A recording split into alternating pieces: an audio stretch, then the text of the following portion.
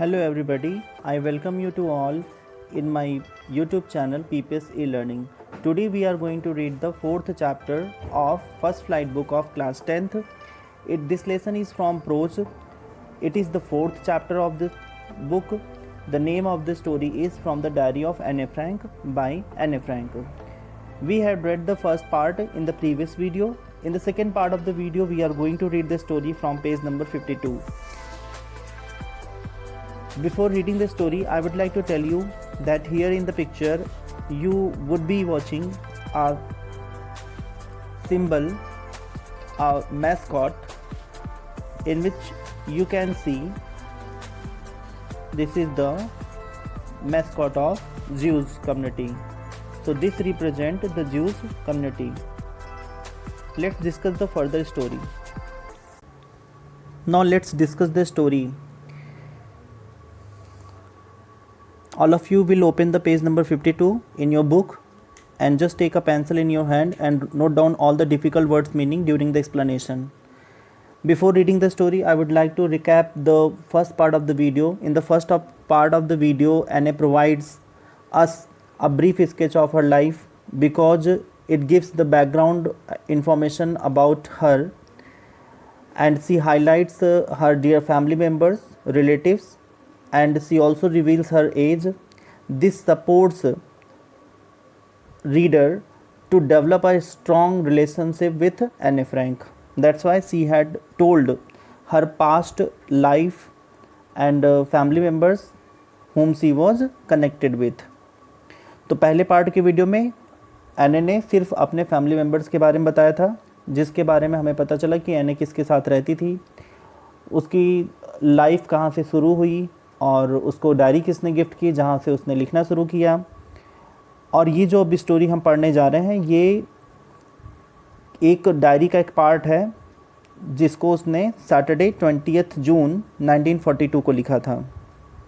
तो सैटरडे 20 जून को उसके साथ क्या हुआ, जो उस दिन इंसिडेंट उसके साथ में हुआ, उस दिन का इंसिडेंट वो इस डायरी के पेज में जो है रिवील कर रही है. Let's read the story. Dearest kitty, जैसे कि एने ने पहले ही बताया था first part of the video में कि उसके पास कोई बहुत अच्छा फ्रेंड नहीं था जहाँ पे वो उससे हर चीज़ डिस्कस कर सके, जहाँ पे वो हर चीज़ें उससे बता सके. तो वो डायरी को ही अपना फ्रेंड बनाती है और डायरी का एक नाम रखती है, उसको वो किटी कह कर बुलाती है. तो यहाँ पे क्या है कि वो एड्रेस करती है अपनी डायरी को dearest Kitty. Our entire class is quacking in its boots. अब वो अपने जो उस दिन इंसिडेंट हुआ सैटरडे 20 जून को, उसको वो बता रही है, अपने डायरी को बताती है कि उसका पूरा इंटायर क्लास, इंटायर मीन्स क्या होता है complete, whole class, is quacking in its boots. Quacking means क्या होता है शेक और ट्रेम्बल. सभी अपने बूट्स मीन्स क्या होता है जूतों को, शूज़ को, वो बार बार क्या करे, देवर शेकिंग. वो जो है फियर और काफ़ी नर्वस थे. जैसे क्या होता है कि बच्चे कभी क्लास में टीचर के आने से पहले बहुत नर्वस होते हैं कि भी टीचर आएगा, होमवर्क के बारे में पूछेंगे और होमवर्क इनकम्प्लीट रहता है, तो बच्चों के अंदर काफ़ी नर्वसनेस होती है और काफ़ी ज़्यादा फियर होता है. तो पूरी क्लास जो है वो शेक कर रहे थे, सबके पैर एकदम कांप रहे थे, सभी एकदम बिल्कुल नर्वस थे. द रीज़न ऑफ कोर्स, और रीज़न क्या था बिल्कुल एकदम कट एंड क्लियर था, is the forthcoming meeting in which the teacher decide who will move up to the next form and who will be kept back. It means ये result declaration का दिन था. उस दिन क्या होना था कि क्लास में टीचर आते, तो वो आने के बाद एक फोर्थ कमिंग मीटिंग, जो आने वाली मीटिंग है जहाँ पे पेरेंट्स के साथ में टीचर्स की मीटिंग होगी और उसमें टीचर्स डिसाइड करेंगे कि हु विल मूव अप, कि कौन जो है प्रमोट किया जाएगा. मूव अप मीन्स क्या होगा, कौन जो है प्रमोट किया जाएगा नेक्स्ट क्लास में, and who will be kept back, और किसको जो है फेल किया जाएगा, किसको जो है उसी क्लास में जो है रखा जाएगा. ये डिसाइड उस दिन होना था क्लास में. तो यहाँ पे क्या था कि बच्चों की परफॉर्मेंस के अकॉर्डिंग रिजल्ट आउट होने वाला था और सभी बच्चे बहुत ही नर्वस थे, सभी अपने उनके बूट जो है शेक कर रहे थे, सभी बहुत नर्वस थे. Half the class is making bets, और उसमें से हाफ द क्लास मीन्स उसमें से आधे बच्चे बेट लगा रहे थे, शर्त लगा रहे थे कि GN and I laugh half the class is making bet. सभी जो है वहाँ पर शर्त लगा रहे थे एक दूसरे से कि वो प्रमोट होगा, वो नहीं होगा. तो इस तरह से बच्चे वहाँ पर काफ़ी ज़्यादा नॉइज़ कर रहे थे. GN and I laugh ourselves silly at the two boys behind us, Cian and Jacques, who have staked their entire holiday savings on their bet. तो यहाँ पे किटी थी और उसकी एक कोई फ्रेंड होगी जिसको किस नाम से वो एड्रेस कर रही है, जीएन।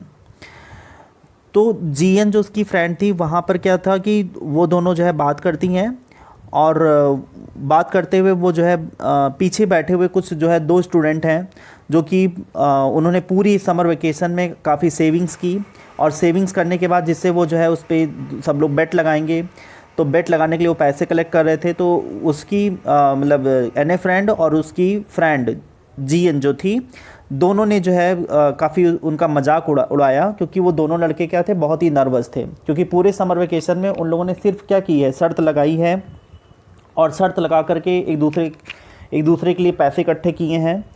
तो उन दोनों ने जो है पूरे समर वेकेशन सेविंग की, और उसको जो है उस पर उन्होंने शर्त लगाया, क्योंकि वो दोनों बॉयज़ क्या थे, बहुत ही नर्वस थे। और उन दोनों बॉयज़ का नाम क्या है, सीएन एंड जैक्यूज। उन लोगों ने स्टेक मतलब दे हैड ऑल्सो बेट, वो जो है उन लोगों ने भी बेट जो है लगाया है। From morning to night it's you are going to pass, और पूरी सुबह से रात तक बस ये कि तुम पास होने जा रहे हो, नो आई एम नॉट, नहीं मैं नहीं पास हो रहा हूँ, यस यू आर, तुम पास हो रहे हो, नो आई एम नॉट, मैं नहीं पास हो रहा हूँ। बस यही दोनों की जो है बात यही होती कि तुम पास हो रहे हो, मैं नहीं पास हो रहा हूँ। इस तरह से दोनों एक दूसरे से जो है बेट लगाए हुए थे। Even G's pleading glances and my angry outburst can't calm them down. और यहाँ तक कि जो है कि जी ने, जो उसकी फ्रेंड थी जीएन, वो बहुत ही पोलाइटली वो जो है काफ़ी उसने कोशिश की कि उन दोनों को रोक सके फ्रॉम देयर नॉइज़, जो नॉइज़ कर रहे थे, फ्रॉम मेकिंग देम नॉइज़, जो नॉइज़ वो कर रहे थे उससे वो रोक सके, लेकिन उन पर कोई असर नहीं पड़ रहा था। वाइल एनए स्कॉल्डेड देम, और जबकि एनए ने क्या किया, स्कॉल्ड किया, काफ़ी डांटा, but then also they were not stopping, लेकिन वो रुक ही नहीं रहे थे। But means none of it means the polite ask of GN and the scold of Anne Frank, it does not work, बिल्कुल काम नहीं करता है वहाँ पर, और वो दोनों जो है इस तरह से चिल्लाते रहते हैं। अब यहाँ पे आगे क्या होता है कि if you ask me there are so many dummies that about a quarter of the class should be kept back, but teachers are the most unpredictable creatures on the earth. तो अकॉर्डिंग टू एन के according क्या था कि about a quarter of class आपको मालूम है कि जो 1/4 क्लास है, 1/4 जैसे 100 स्टूडेंट है, उसमें 100 में 25 स्टूडेंट्स ऐसे थे जिनको बिल्कुल आगे प्रमोट नहीं किया जाना, they means they were not be allowed to pass, उनको बिल्कुल अलाउ नहीं किया जाना चाहिए था कि वो पास हो जाएं, because they were hardly responding in the class. जो क्लास की एक्टिविटीज़ होती थी, क्लास में जो टेस्ट हुआ करते थे, तो उसमें क्वार्टर स्टूडेंट ऐसे थे, 1/4 ऐसे थे जो कि कभी कुछ रिस्पॉन्स ही नहीं करते थे, तो वो they were not liable to pass, they were not means they do not deserve to be passed, वो बिल्कुल डिज़र्व नहीं करते थे। She refers them to as dummies, उनको वो क्या रेफ़र करती है, डमीज़, मतलब वो सब क्या है, डम है, बिल्कुल बेवकूफ़ हैं, तो वो बच्चे जो है प्रमोट करने के लायक नहीं थे। But may this not be the case because teachers decision can't be predicted, और ये यहाँ पे एने फ्रैंक कहती है क्योंकि टीचर्स आर अनप्रिडिक्टेबल क्रीचर, तो इसका मतलब ये है कि they can not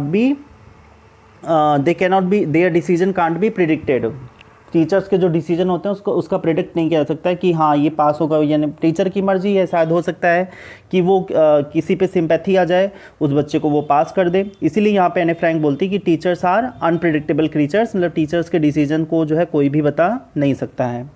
I am not so worried about my girl friends and my self, तो उसकी जो फ्रेंड थी, क्लास में जो उसकी फ्रेंड थी, और वो अपने लिए मतलब एने फ्रैंक अपने लिए और अपने फ्रेंड के लिए बिल्कुल भी बॉदर्ड नहीं थी, बिल्कुल भी परेशान नहीं थी, क्योंकि she was sure that they would पास। उन लोग एकदम श्योर थे कि वो लोग बहुत आसानी से पास हो जाएंगे, तो उनको अपने लिए कोई डर नहीं था। The only subject I am not sure about is maths. अब एने फ्रैंक को जो एक फियर था, जो एक डर था, वो सिर्फ और सिर्फ एक ही सब्जेक्ट में था, that was mathematics. So she was unsure about mathematics, सिर्फ वो मैथमेटिक्स के लिए अनश्योर थी, रेस्ट ऑफ ऑल सब्जेक्ट्स में एकदम बिल्कुल श्योर थी कि वो पास हो जाएगी। Anyway all we can do is wait, और फिलहाल तो अभी वो लोग क्या कर सकते हैं, सिर्फ वेट कर सकते हैं, इंतज़ार कर सकते हैं। Until then we keep telling each other not to lose heart, और तब तक जो है बस क्लास में एक दूसरे को बस यही सांत्वना दे सकते हैं कि अपना दिल जो है छोटा मत करो, बिल्कुल दुखी मत हो, पास हो जाओगे। बस एक दूसरे से यही सारे बच्चे कह सकते थे, समझा सकते थे। I get along pretty well with all my teachers. और यहाँ पे जो एने फ्रैंक है वो बताती है कि she has a great relationship with her teachers. मतलब यहाँ पे क्या होता है कि जो उसने यूज़ किया कि pretty well with all my teachers, it means क्या है कि she has a very sweet relations with her teachers, कि उसको अपने टीचर्स के साथ में बहुत ही उसका ग्रेट रिलेशनशिप है, बहुत अच्छी जो है एक अच्छा रिश्ता है अपने टीचर्स के साथ में। एक्सेप्ट कौन? द मैथ्स प्रोफेसर, सिर्फ एक को छोड़ के, जो क्या है मैथ्स के professor. There are 9 of them, वैसे तो वहाँ पर 9 टीचर्स हैं, 7 मेन एंड 2 वीमेन। 7 मेन है उसमें और 2 वीमेन है। Mister Keesing the old fogey who teaches maths was annoyed with me for ages because I talked so much. तो यहाँ पर क्या बताती है? यहाँ पर वो बताती है कि स्कूल में जो है 7 मेन है और 2 वीमेन है, और उसमें जो मिस्टर कीसिंग हैं, मिस्टर कीसिंग जो है वो मैथ्स के प्रोफेसर हैं, और वो ओल्ड फौजी हु टीचेज मैथ्स। तो ओल्ड फौजी मतलब क्या होता है? An old fashioned person. Old फौजी मीन्स क्या होता है? एन ओल्ड फैशन्ड पर्सन, जो पुराने ख्यालात के हैं, जो बहुत ही मॉडर्न नहीं है, बहुत ही मतलब मॉडर्न थॉट के नहीं है, वो बहुत ही ओल्ड थॉट के पर्सन है, बहुत ही ओल्ड फैशन्ड है। तो सिर्फ वही जो है उससे खुश नहीं रहते हैं, एने फ्रैंक से। बाकी सारे टीचर्स के साथ में उसका बहुत अच्छा रिलेशन है। और यहाँ पर क्या है कि लकली मिस्टर कीसिंग क्या है, वो उसके मैथ्स टीचर है, मतलब मैथ्स सब्जेक्ट भी उसका ख़राब है और उसका रिलेशन भी ख़राब है। तो यहाँ पे दोनों चीज़ें हैं। आफ्टर सेवरल वार्निंग्स ही असाइंड मी एक्स्ट्रा होमवर्क। और वो क्या करते थे कि डिस्पाइट सेवरल वार्निंग्स, बहुत सारी वार्निंग देते भी थे, उसके बाद भी जो है एने जो है वो उनकी बात नहीं मानती थी। कॉन्स्टेंटली वो उनको इरिटेट करती थी अपनी किससे? अपनी टॉकिंग हैबिट से। तो वो क्या थे, मतलब वो मतलब उसका जो है मिस्टर कीसिंग के साथ रिलेशन क्यों ख़राब था? क्योंकि एने जो है क्लास में बहुत ज़्यादा बात करती थी और दूसरे टीचर तो इग्नोर करते थे क्योंकि वो मॉडर्न थॉट के थे, फ्रेंडली थे बच्चों से। लेकिन मिस्टर कीसिंग ओल्ड फैशन्ड पर्सन थे और वो उनको ये सब चीज़ें बिल्कुल भी बिल्कुल बेयर वो नहीं करते थे, और वो एने को काफ़ी ज़्यादा पनिश किया करते थे। तो यहाँ पे क्या था कि एने जो है काफ़ी उनको एनॉय करती थी, क्योंकि सी टॉक्ड सो मच, क्योंकि वो बहुत ज़्यादा बात करती थी क्लास में। She did not stop talking in her classes, मतलब अपने क्लास में वो जो है when Mister Keesing is teaching there then also she talk, वो तब भी बात करती थी। तो इसी वजह से जो है उसका उनसे कोई बहुत अच्छा रिश्ता नहीं था, बहुत अच्छे जो है उसके जो है उनसे जो है रिलेशन नहीं थे। आफ्टर सेवरल वार्निंग्स ही असाइंड मी एक्स्ट्रा होमवर्क। और वो कई बार वार्निंग दिया करते थे, लेकिन जब एने नहीं मानती थी तो वो क्या करते थे? ही असाइंड मी एक्स्ट्रा होमवर्क, तो वो एने फ्रैंक को एक्स्ट्रा होमवर्क दिया करते थे। एन ऐसे on the subject a chatter box. और सब्जेक्ट क्या रहता था उस ऐसे का? एक ऐसे लिखने के लिए देते थे और कहते थे अ चैटर बॉक्स पे एक ऐसे लिखो। चैटर बॉक्स मीन्स होता है person who likes to chatter, it means talkative person, एक ऐसा पर्सन जिसको बात करना खूब अच्छा लगे, तो उसको क्या बोलते हैं? Chatter box. तो वो चैटर बातूनी, मान लीजिए हिंदी में क्या बोलेंगे टाइटल, कि बातूनी एक टाइटल देते थे, उस पर कहते थे तुम ऐसे लिखो, what can you right about that. और अगर किसी बच्चे को मिले कि बातूनी के ऊपर कुछ लिखना हो तो वो क्या लिख सकता है, उसके बारे में क्या लिखेगा? I would worry about that later I decided. और जब एने को ये जो है मतलब ये टॉपिक मिलता था तो सी फील वेरी वियर्ड, उसको बहुत ही स्ट्रेंज लगता था, उसको बहुत ही ये मतलब अजीब लगता था कि इस पे वो क्या लिखे। लेकिन फिर भी क्या करती थी? वो लिखती थी, बिकॉज वो उसका पनिशमेंट था। For the moment she wrote the topic in her book, अपने नोटबुक में जो है उसको इन हर नोटबुक, अपने नोटबुक में वो लिखा करती थी उस टॉपिक पे, क्योंकि उसके पास और कोई ऑप्शन नहीं था। ये एकदम बिल्कुल वियर्ड, बिल्कुल डल टॉपिक था जिस पे कोई भी उसको चीज़ें नहीं मालूम थी कि वो कैसे उसे कंप्लीट करे। लेकिन फिर भी जो है she decided that she jot down, कि वो लिखेगी the title in her notebook, अपने नोटबुक में वो लिखेगी। Tucked in my bag and tried to keep quiet. और वो सोचती है कि उसको एक ऐसे लिखने के बाद अपने बैग में रख कर ले आएगी और उसको जो है करेक्शन कराएगी, अपने टीचर को दिखाएगी, और वो ये कोशिश करेगी कि वो जो है क्लास में बिल्कुल उनके शांत रहे। किसकी क्लास में? मिस्टर कीसिंग की क्लास में बिल्कुल वो शांत रहे, ऐसे वो कोशिश करेगी। That evening, after I had finished the rest of my homework, the note about the essay caught my eye. एक शाम क्या हुआ कि एक शाम जब वो बैठी हुई थी, अपना वर्क फिनिश कर रही थी, after I had finish the rest of my homework, जब उसने अपना पूरा होमवर्क कंप्लीट कर लिया, तो she came across with the note. मतलब क्या होता है, बच्चों को जब कुछ एक्स्ट्रा वर्क मिलता है तो वो एज अ रिमाइंडर कहीं ना कहीं लिखे रहते हैं. तो she came across, she saw the note, she made us the note, जहाँ पे उसने नोट में लिखा था कि मिस्टर कीसिंग ने उसको एक्स्ट्रा ऐसे दिया है किस पे, चैटर बॉक्स पे, तो वो उसने देखा. And after she had means after she began thinking about that topic, और उसके बाद फिर उसने क्या किया, उस टॉपिक के बारे में उसने सोचना शुरू कर दिया. The subject while chewing the tip of my fountain pen, और जो उसका जब उसने सब्जेक्ट देखा, then she started to think about that topic, and when she was thinking the topic, she was chewing the tip of her fountain pen. तो ये gesture अक्सर बच्चों में होता है कि जब बच्चे क्या होते हैं कि काफ़ी ज़्यादा जो है वो डीप थिंकिंग करते हैं, काफ़ी ज़्यादा किसी चीज़ों को सोचते हैं, तो पेंसिल मुंह में रख लेते हैं, पेन को मुंह में रख लेते हैं और उसको जो है च्यूइंग करते रहते हैं, उसको चबाते रहते हैं. तो ये क्या होता है कि ये एक जेस्चर है बच्चों का, जब बच्चे जो है डीप थिंकिंग करते हैं, बहुत गहराई से कोई चीज़ सोचते हैं, तो मुंह में पेन रख लेते हैं, पेंसिल रख लेते हैं, तो ये उनकी हैबिट होती है. तो उसी तरह से एने जब उस डल टॉपिक के बारे में सोचती है तो अपने पेन या पेंसिल को जो है मुंह में रख लेती है और उसको च्यूइंग करती रहती है. उसको फाउंटेन पेन, मतलब फाउंटेन मीन्स होता है जो इंक वाला पेन होता है, उसको वो मुंह में रख करके उसके टिप को जो है च्यूइंग करने लगती है. Anyone could ramble on and leave big spaces between the words, but the trick was to come up with convincing arguments to prove the necessity of talking.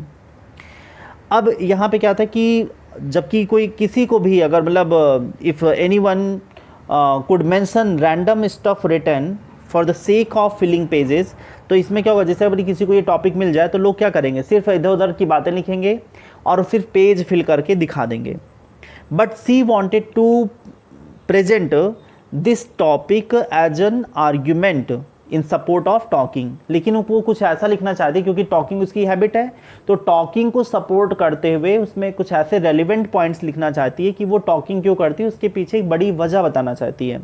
तो she wanted to make that interesting कि why there is a necessity of talking, बात करने की ज़रूरत क्यों पड़ती है, तो ऐसा कुछ वो लिखना चाहती है. तो अगर किसी को ऐसे दिया जाए रैम्बल ऑन, रैम्बल मीन्स क्या होता है कि अगर किसी को ये टॉपिक दिया जाए तो लोग क्या करेंगे, they will ramble on, they will write aimlessly, उनका कोई एम नहीं होगा, वो सिर्फ पूरा करके दिखाएंगे और उसमें बहुत सारे पेजेस फिल करेंगे. लेकिन एने फ्रैंक ऐसा लिखना चाहती है जो कन्विंसिंग हो, जो आर्ग्यूमेंटेटिव हो, जहाँ पर वो टॉकिंग का फेवर करते हुए बता सके, ऐसा वो जो है लिखना चाहती है इसे. I thought and suddenly I had idea, वो सोचती गई, उस टॉपिक के बारे में सोचती गई और अचानक उसको एक ख्याल आया. I wrote the 3 pages Mister Keesing had assigned me and was satisfied, और उसने टॉकिंग के ऊपर 3 पेज लिखा और लिखने के बाद वो क्या हुई, अपने आप को उसने सेटिस्फाइड किया, संतुष्ट हो गई कि उसने जो भी कुछ लिखा है वो अच्छा लिखा है. I argued that talking is a student's trait and that I would do my best to keep it under control.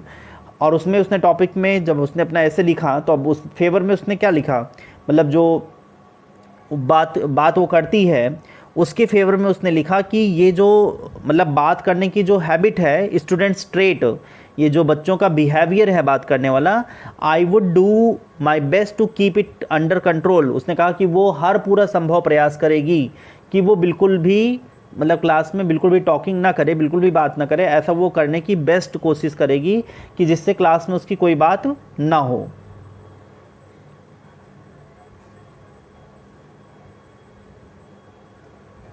But that I would never be able to cure myself of the habit since my mother talked as much as I did, if not more. लेकिन आगे भी बताती हूँ, पूरी कोशिश करेगी control करने की, लेकिन that I would never be able to cure myself, लेकिन वो कभी भी इसका कोई क्योर, इसका इलाज वो नहीं कर पाएगी. ऑफ दिस हैबिट, किस हैबिट की, बात करने वाली, बात करने की हैबिट को कभी सुधार नहीं पाएगी, क्योंकि उसकी ये बात करने की हैबिट क्या है, ये बात करने की हैबिट उसकी मदर में है. Because her mother talked as much as she did if not more. अगर वो उसकी माँ जो है अगर उससे ज़्यादा बात नहीं करती हैं तो उसके बराबर तो बात करती ही करती हैं. And that there's not much you can do about inherited traits. और फिर वो किसिंग से कहती है कि आप जो ये इनहेरिटेड ट्रेट्स होते हैं, जो ये माता पिता के द्वारा जो हमें लक्षण मिलते हैं, जो भी हमें क्वालिटीज़ मिलती हैं, वो क्या होती हैं, that can not be changed, वो बिल्कुल भी परिवर्तित नहीं की जा सकती हैं, उसको कोई बदल नहीं सकता है। वो क्या होती हैं, वो लोगों में रहती ही रहती हैं, because these are the traits which she had got from her mother. ये जो है उनकी एक ये ट्रेट है, एक बिहेवियर है, जिसको उसको कहाँ से मिला है, उसकी माँ की तरफ से मिला है। Mister Keesing had a good laugh at my arguments, और ऐसे सुन करके मिस्टर कीसिंग को क्या आती है, बहुत ज़ोर से हंसी आने लगती है और वो हंसने लगते हैं। But when I proceeded to talk my way through the next lesson he assigned me a second ऐसे, लेकिन जैसे ही फिर से एने ने उनके क्लास में बात करने की कोशिश की, फिर से वो बात करती हुई पाई गई, तब जो है फिर से जो है प्रोफेसर ने, मिस्टर कीसिंग ने जो है फिर से ऐसे असाइन कर दिया। Now this shows that Mister Keesing was not a strict teacher. अब ये दिखाता है कि मिस्टर कीसिंग जो है बहुत स्ट्रिक्ट टीचर नहीं थे, क्योंकि वो एवरी टाइम क्या कर रहे थे, वो एक जब एने को पाते हैं कि वो क्लास में बात कर रही है तो उसको सिर्फ ऐसे असाइन कर रहे हैं, तो it seems that he is just playing a joke on her, सिर्फ उसका मजाक उड़ा रहे हैं और कुछ नहीं। तो ये बहुत स्ट्रिक्ट टीचर के कैरेक्टरिस्टिक नहीं होते हैं कि वो बच्चों को ऐसे ऐसे असाइन करें, और अगर वो बहुत ही ज़्यादा एक्सप्लेन कर रही है, बहुत ही ज़्यादा कन्विंसिंग ऐसे लिख रही है, तो उस पर वो जो है उनको हंसी आ रही है, तो that does not show that he is a very strict teacher. So this time he had assigned the title was there that an incorrigible chatter box. This time it was suppose to be on an incorrigible chatter box. तो इस बार उन्होंने क्या assign किया, उसका topic इन्होंने दिया कि an incorrigible chatter box. Incorrigible means क्या होता है कि not able to be changed, जिसको सुधारा ना जा सके, मतलब जो बिल्कुल सुधर ना सके उसको बोलते हैं इनकरेजेबल। तो यहाँ पर वो एने फ्रैंक को कहते हैं कि टॉपिक देते हैं एन इनकरेजेबल चैटर बॉक्स, एक ऐसा बातूनी, एक ऐसी बातूनी लड़की जो क्या है, इनकरेजेबल है। I handed it in and Mister Keesing had nothing to complain about for 2 whole lessons. और उसके बाद फिर क्या हुआ कि जब he gave her this topic, so because he was annoyed of her, वो जो है बहुत ही एनॉयड थे, गुस्से में थे उसकी इस बैड हैबिट पे, लेकिन वो जो है बट सी वॉज अनस्टॉपेबल, लेकिन वो बिल्कुल अनस्टॉपेबल थी, बिल्कुल वो रुक नहीं सकती थी बिना चैटिंग किए हुए ड्यूरिंग हिज क्लास, उनके क्लास में। तो इसीलिए जो है और वो हर बार असाइन करते थे, और वो एने फ्रैंक जो है हर बार ऐसे लिख करके दे दिया करती थी। तो जब उसने इस बार जब दिया ऐसे को कंप्लीट करके, तो he did not say anything to her, उन्होंने क्या किया, एने फ्रैंक को कुछ भी नहीं कहा। However, during the third lesson, he had finally had enough. Anne Frank, as punishment for talking in class, write an essay entitled "Quack Quack Quack," said Mistress Chatterbox. तो यहाँ पे क्या हुआ कि जब उन्होंने थर्ड टाइम पाया एने फ्रैंक को क्लास में बात करते हुए, क्योंकि एने जो है सी वॉज अनस्टॉपेबल, वो बिल्कुल रुक ही नहीं रही थी, उसको इतना ज़्यादा पनिशमेंट मिल रहा था और वो नेक्स्ट डे लिख करके दिखा दिया करती थी। तो इस बार उन्होंने ऐसे फिर से असाइन किया एज अ पनिशमेंट, उसको फिर से पनिशमेंट देते हुए एक ऐसे का टॉपिक दिया, और इस बार उन्होंने टॉपिक क्या दिया कि quack quack quack said mistress chatter box. उन्होंने कहा कि जो है, क्योंकि वो उसकी आवाज़ जैसे बतख की आवाज़ होती है, बतख बोलती रहती है क्वैक क्वैक करके, उसी तरह से वो भी जो है बतख की तरह से क्वैक क्वैक करती रहती है क्लास में, इसीलिए उसको इस बार मिस्टर कीसिंग ने जो टॉपिक दिया उसका टाइटल क्या रखा, quack quack quack said mistress chatter box. मतलब चैटर बॉक्स जो बातूनी लड़की है वो क्वैक क्वैक करके क्लास में बोली। तो इस तरह से वो जो है उनको एक मतलब ऐसे फ़नी ऐसे टॉपिक जो है दे रहे थे। The class roared. I had to laugh too, though I had nearly exhausted my ingenuity on the topic of chatterboxes. यहाँ पे रोड का मतलब क्या है, लाफ्ड। जब पूरी क्लास ने सुना कि quack quack said mistress chatter box ये टॉपिक मिला है, तो पूरी क्लास क्या हुई, हंस पड़ी। And I had to laugh too, और एने फ्रैंक को भी उस पर हंसना पड़ा।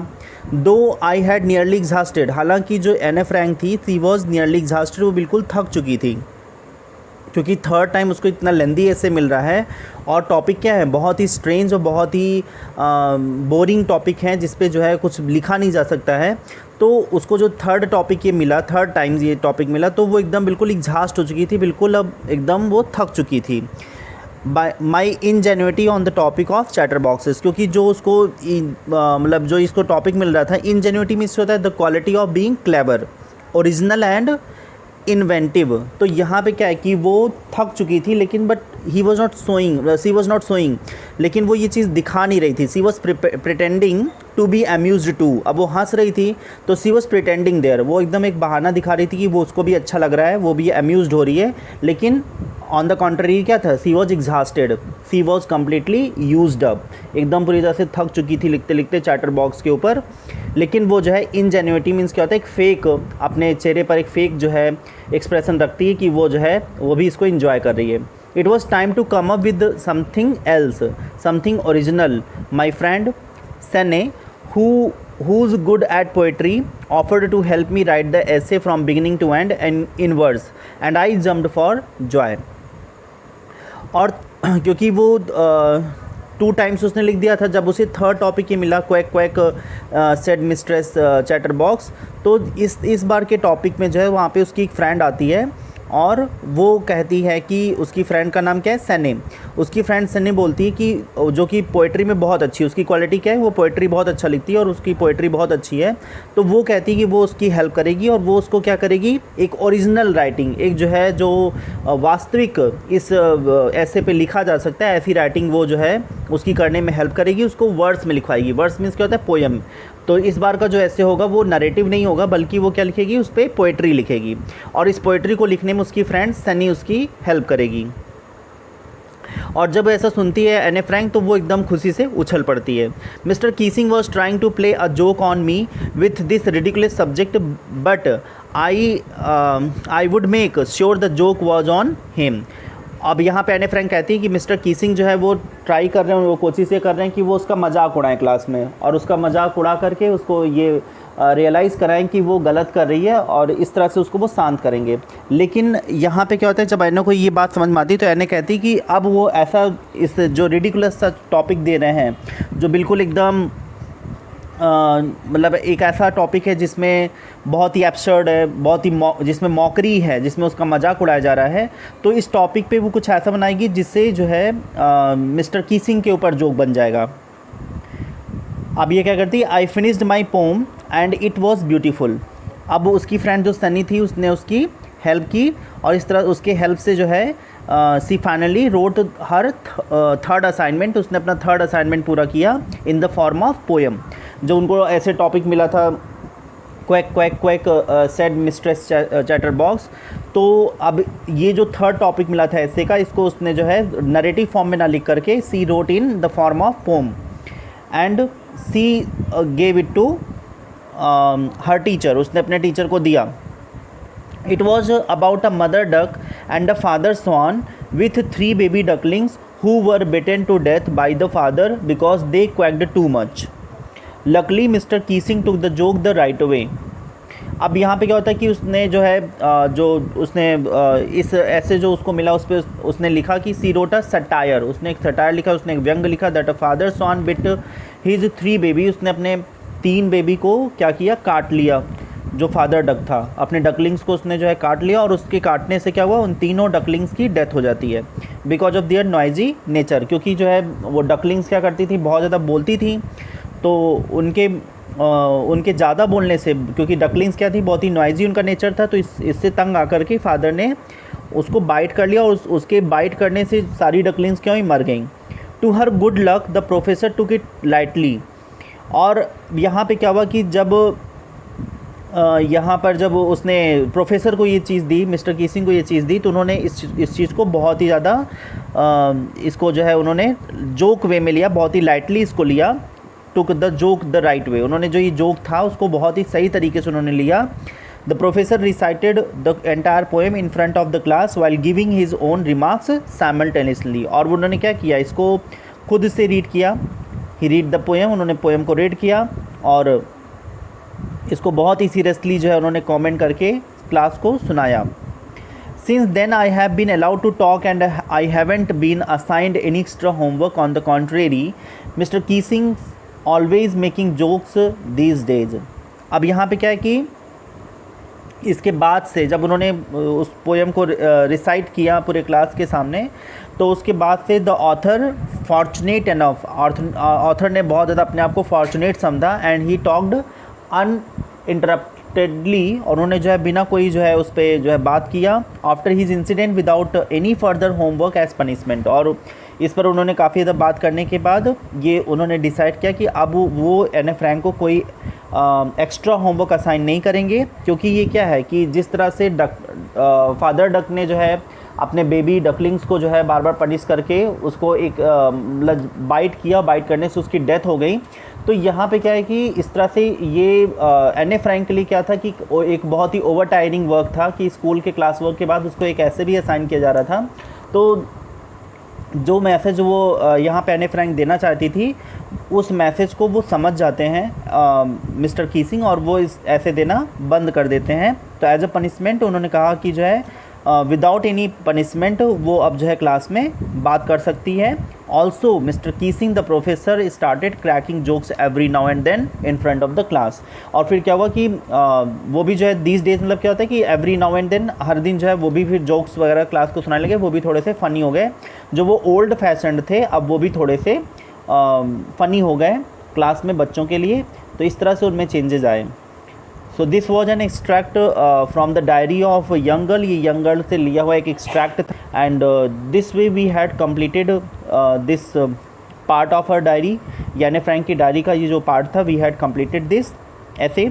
Now you have a NCERT question to do as a homework, and you will go through the all lines, and means after reading all the lines, you would have any problem if any words are in any line, so you will ask in the comment section. Thank you for watching this video. See you in the next video.